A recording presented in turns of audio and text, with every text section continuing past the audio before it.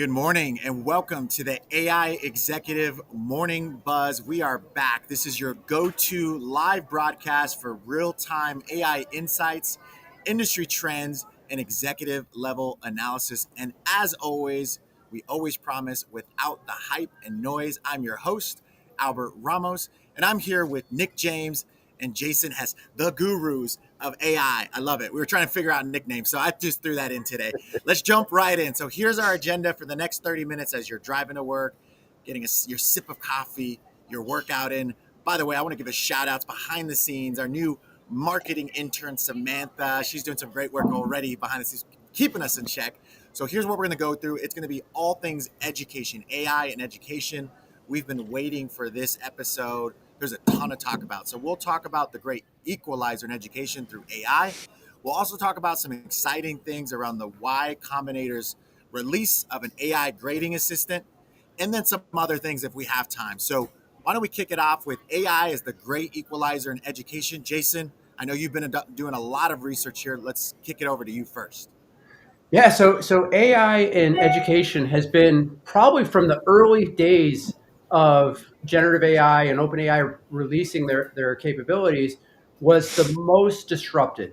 Every student figured out, oh wow, I can start writing my term papers using AI.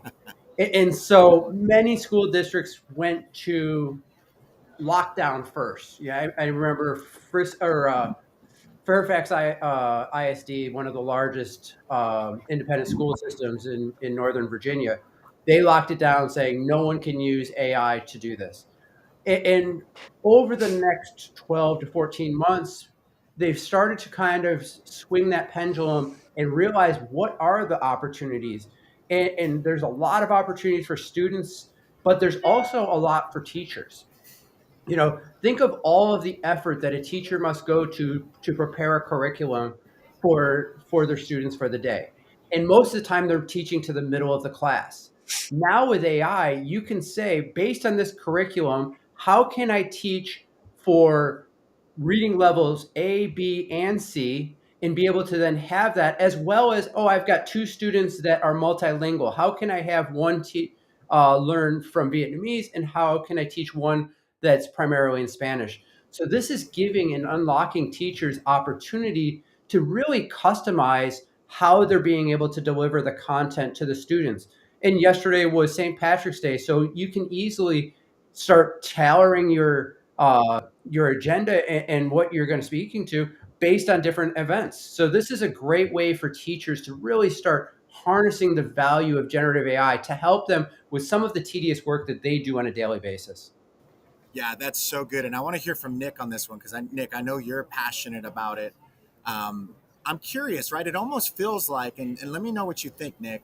I feel like the students, though, are pretty much running the game right now. They're ahead of the adoption gap, right? It looks like the students are excited. Most students are excited about AI and they're using it more. We see that in the headlines, and the teachers and our education departments, locally are just a little behind there. But it sounds like there's some good work based on what Jason's saying too. It sounds like we're starting to get the education departments, teachers, starting to use these things more to be more efficient, productive, and actually, hyper personalize the education experience. What are your thoughts?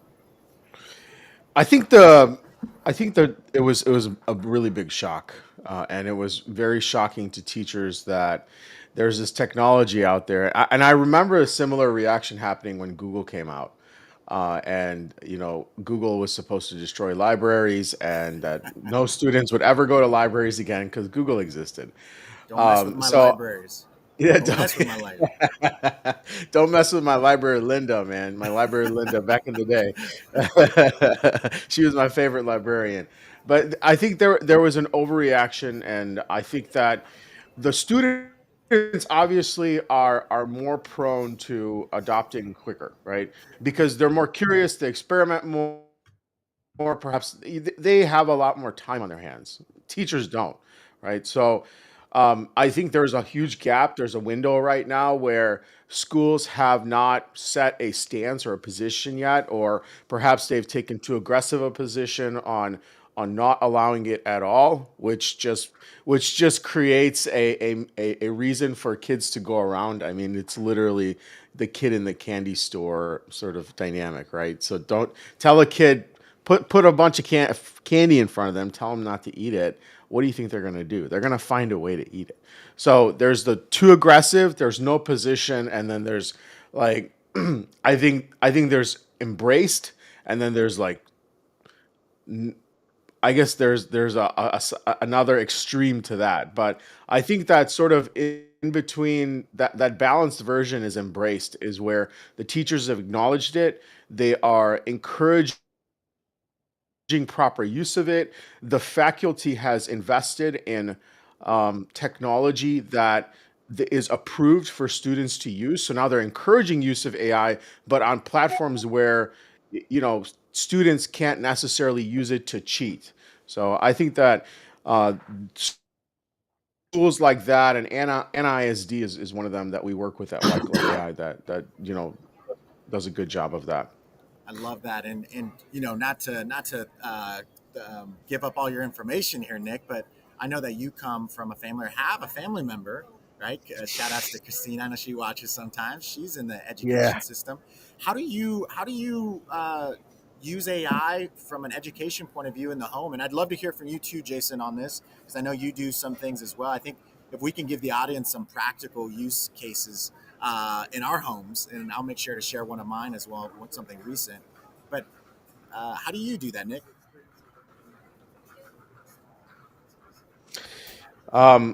Man, I'm really zoomed in here, Samantha. If you can pull me back a little bit, I appreciate it. Um, What do you do, Nick?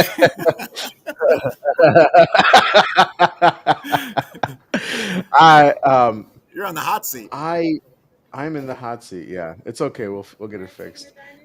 So we at home, there's also varying, like a varying interest. It's funny because my wife is very much a Luddite. Okay, and this is no, I'm not casting dispersions on her. A Luddite means she's just still writes. If she could write checkbooks, if we still got checks from our bank, she would still write checks. She still writes on a calendar instead of Oh, putting you're dead. calendars, You're in you're dead. meetings on it. So You're anyway, I know, dead. She's gonna I kill you. know She's I'm gonna dead. kill you. This is my death wish. Please use a digital calendar.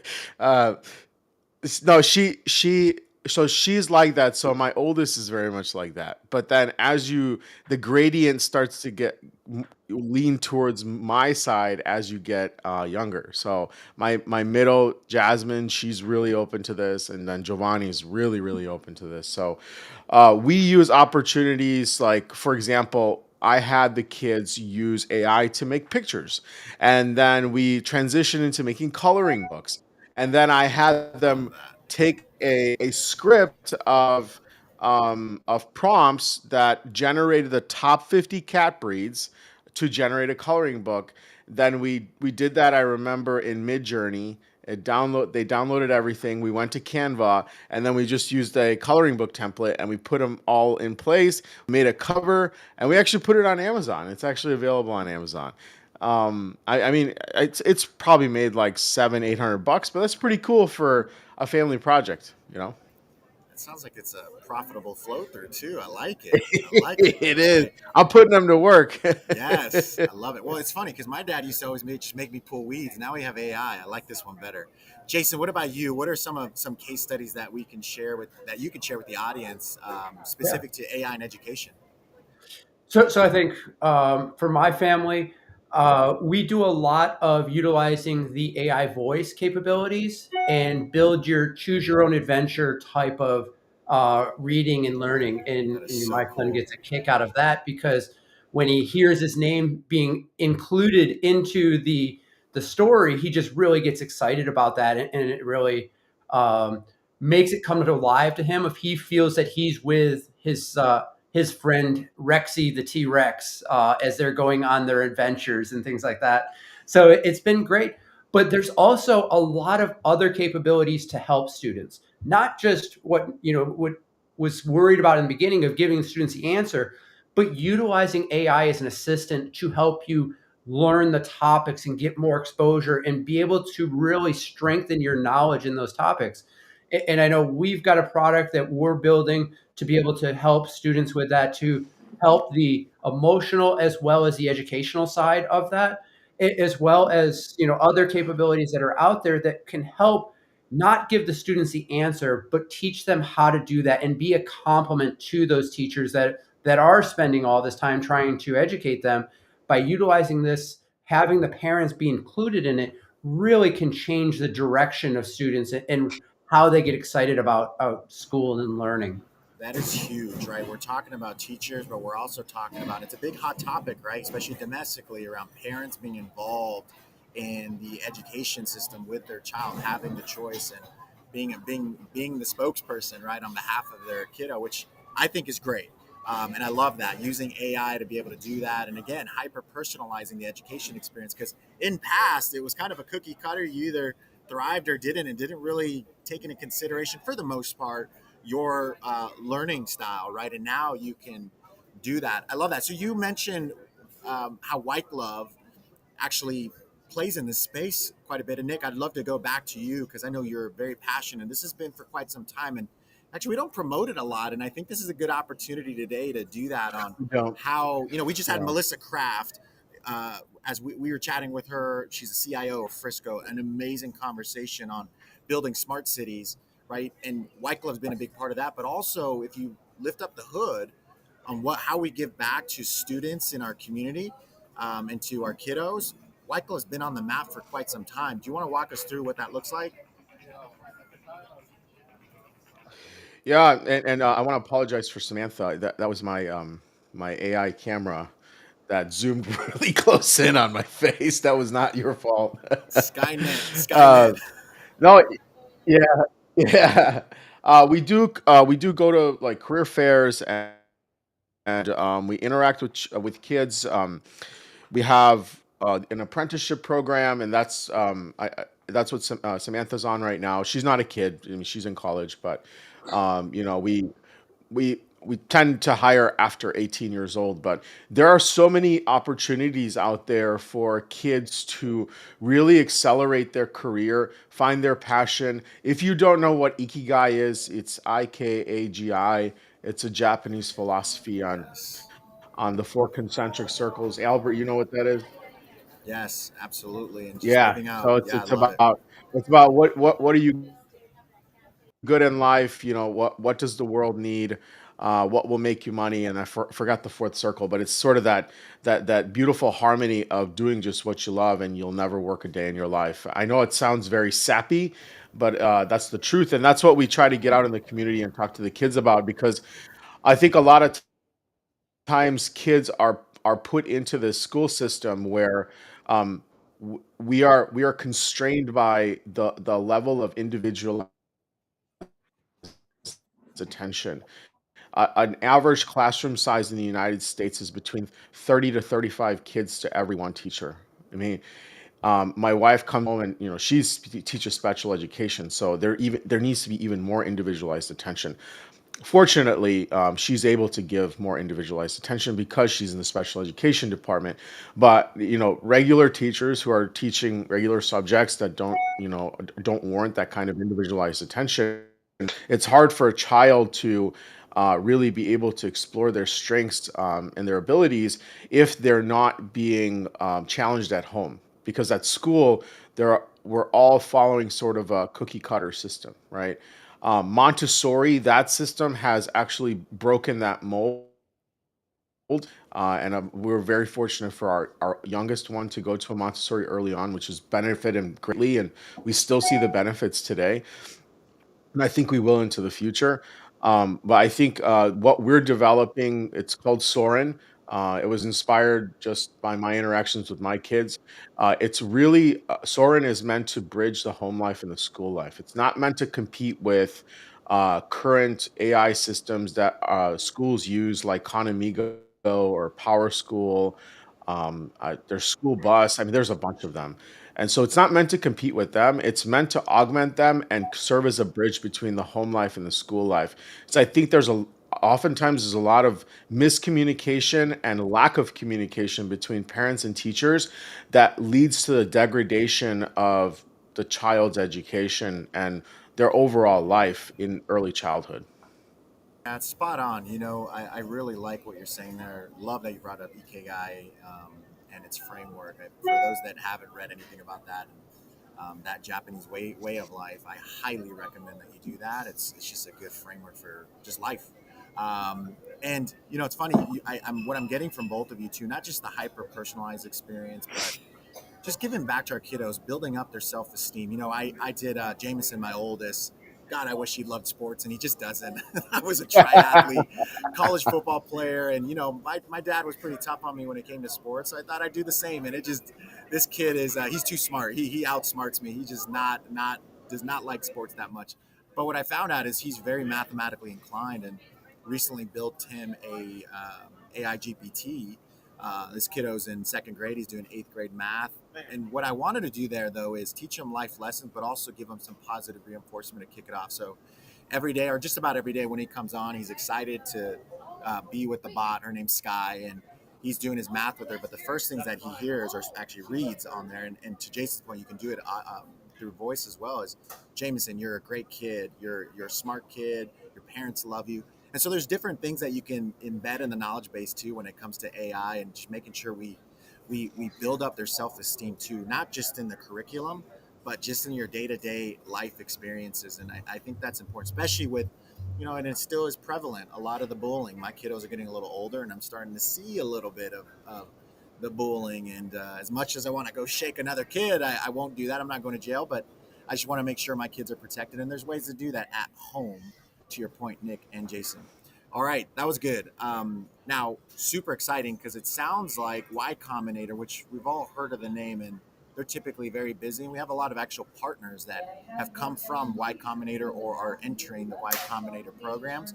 But specifically to Y Combinator, AI grading assistant. Jason, you brought this topic up a couple days ago, and I was really excited to bring this on today. Walk us through what's going on there. That sounds pretty cool, and I know that's going to perk up some ears for some teachers. Yeah, so this was another capability. This is more on the higher edge education side. And two teaching assistants in Cornell hated grading papers. It was the bane of their existence. And so they spent their time figuring out, how can I use AI to effectively grade papers based on the course curriculum and the grading criteria. So they went and they built out this capability and be able to amplify what they can do as a teaching assistant to really start solving some of those problems. Grading those, that was something that took a significant time commitment to be able to grade 100 different papers. So they were able to start building that. And this is a perfect example of find a pain point in your life and find out how AI can help you. So they were able to do this, and it's really gotten a lot of traction. And I think there's a lot of other opportunities. Nick, yesterday you were able to speak to the SMU Business School. You want to talk about that experience of how you utilizing AI with higher education? Yeah, it was a really great experience, I would say. Huge shout out to Professor Helmuth Ludwig. He teaches technology strategy and AI strategy and a number of other subjects. We're at Southern Methodist University here in Dallas. So I had the opportunity to go there and speak to the MBA students about AI strategy and building that out, and just giving them an overlay of the AI landscape and what's the difference between traditional AI and Gen AI. I think that there was a varying sentiment throughout the class. I think that some were uninterested, and that's totally fine. Not everybody needs to jump on this bandwagon, although it behooves you to. At least I'm obviously a biased opinion, but we did some really cool things, and I think it really sort of sparked not, I shouldn't call them kids. I mean, they're probably mid-career. It sparked the students' minds, and we were able to not only go through the actual presentation, but at the end I had a surprise there was a group of students who were given a project to create a fictitious company. And so the professor gave me some insights on what that company was, only just the name and the purpose of it.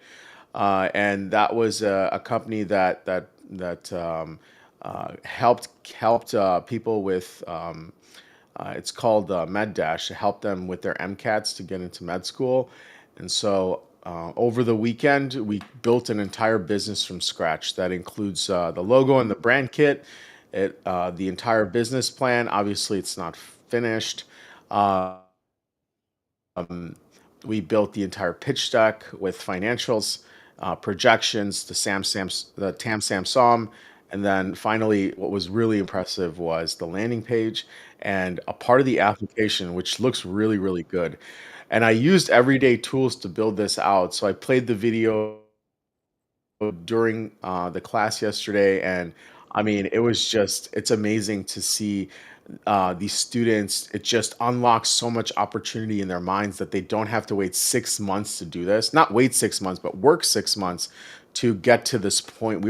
I was able to get to it in 45 minutes. They can probably do it in about 2 hours, but I was just using tools it's available to everybody, and probably $20 a month per tool, they can achieve these results too. So it was great to be able to show students that they can get to market a lot faster than they originally thought. I love that. So before we bring on a student to talk about her experience with marketing and AI and how that's completely changing the landscape, I'd love to go to Jason to close out this specific topic. And Nick, that is amazing, right? We were getting a ton of feedback and chatter from you, and the team was all raving about what you were doing and just how you're blowing the experience away. And so super pumped. I think we need to continue having more chats about this because there's a lot of excited people out there, and we got a lot of DMs about it. Jason, over to you before we let's get some Yeah, info on yeah. this. So this was one of the things that I've been spending a lot of time thinking as people have been talking about AI is going to disrupt jobs. What it's unlocking is anyone can now be able to build a business much faster with much more knowledge than ever before. The example that Nick just showed the business students is with one very complex prompt, you can build out your entire business plan to get started in your company and stand up your company. So as we start seeing jobs get disrupted with I believe that it's going to provide the opportunity to be able to start building out your own business for that specific use case, whether it's something like, teaching assistants that are grading papers and things like that, or whatever problem you see that really is a niche that many people see problems with, you're going to be able to stand up and build out your business much more effectively, much more easily than ever before. So I think this is what's going to really change and where I see the opportunities coming for people that's jobs maybe displaced because of AI. That is so cool. And I love what we did today, right? We really lifted up the hood specifically around AI and education. We're challenging teachers out there to close this gap, right? To use AI within their curriculum. We're challenging parents to be hyper involved with their kiddos and their education experience, both at school, but away from home or away from school, right? In the home or outside the home, right? What I'd love to do is bring on a student here live because she's challenging the status quo when it comes to how do you use AI within your own education experience, right? And her experience is the college experience. So, Samantha, this is a curveball. I like to do it, right? I like to do it. Let's throw you on here because I think it's important. There's students out there that are wondering what they should do, and you're doing it live right now. Why don't you walk us through your experience, what you're up to right now in college, and how you're using AI? Yes, so I'm a junior and I've been majoring in marketing and business analytics at the University of Miami in Florida for the past 3 years. And it's funny how you talk about higher education and colleges and universities starting to implement AI because this past summer, University of Miami just released their artificial intelligence minor. And so I decided I'm going to stop my business analytics minor and I'm going to start my artificial intelligence education. So starting this year, I've been taking generative AI for business applications and generative AI for marketing and Python programming. And in my generative AI class, just last night, we were working on what you're talking about with the business models and classifying your business proposition as a taker, maker, or shaper, and using that business model to create in the AI space something that you see as a customer pain and innovating it and automating it using AI.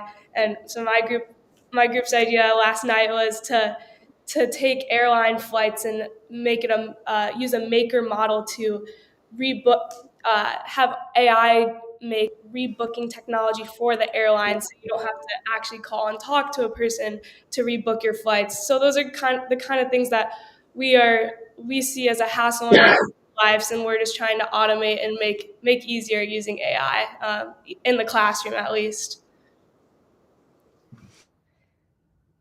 That's awesome. It looks like we lost Albert there with Samantha. I love that you're already doing that. And which remind me which university? It's University of Miami, correct? Yes, yes, it's Okay, great, University of great. Miami. Okay. So I love that you guys are already doing that, thinking this way. Um, I think it's fascinating that, kudos to your teacher for unlocking this way of thinking for you. And the taker, maker, shaper, I want to hear more about that later.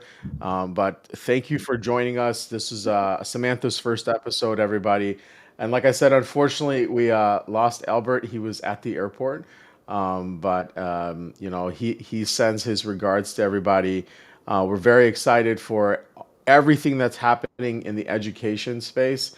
I think there's a lot of potential to unlock a new, I would say, a new breed of humans, by allowing that individualized attention to be placed upon kids at a younger age, obviously with a lot of constraints, a lot of monitoring, a lot of human in the loop. But I think that we can really start to give kids the opportunity to explore what they were put on this earth to do at a lot younger age and not have to rely on archaic sort of, I would say, cookie cutter built programming, right? Because that's what we had to use because we had no other choice. Now, AI can augment the teacher in the classroom and provide individualized attention to each child, which is completely it's fascinating. So I'm going to go ahead and close out the show now. I would love for you all to engage with us. We are on. I just want to remind you, we are live streaming on LinkedIn, YouTube, and X every morning. Every Tuesday, Wednesday, Thursday morning at 7:30 a.m. sharp Central Standard Time. We are cutting up all of this content, putting it on YouTube Reels. We are on Instagram Reels. We are Reels or Stories. I'm not sure. I don't know the difference between the two. We're on TikTok. We're on X once again. Am I forgetting any others, Jason? LinkedIn. LinkedIn. Yes, of course we're on LinkedIn. So we are expanding as we go along. We're even considering Twitch, but we really want to get out to all the communities out there and help them understand all of the beauty and magic that we're seeing every day here at the AI Executive and White Glove AI. So that's it for today at the AI Executive, the Morning Buzz. A huge thanks to Albert, although we lost him. Huge thanks to Albert for expertly hosting every single time. For Jason for all of your insights, and now Samantha for the background coordination, jumping in, even getting a little bit of FaceTime or airtime, excuse me. As we end every show, as Albert ends every show, stay curious, stay innovative, and we will see you every Tuesday, Wednesday, Thursday morning, 7:30 a.m. Central Standard Time. So that's tomorrow. We'll see you tomorrow morning. Thanks, everybody. Have a great day.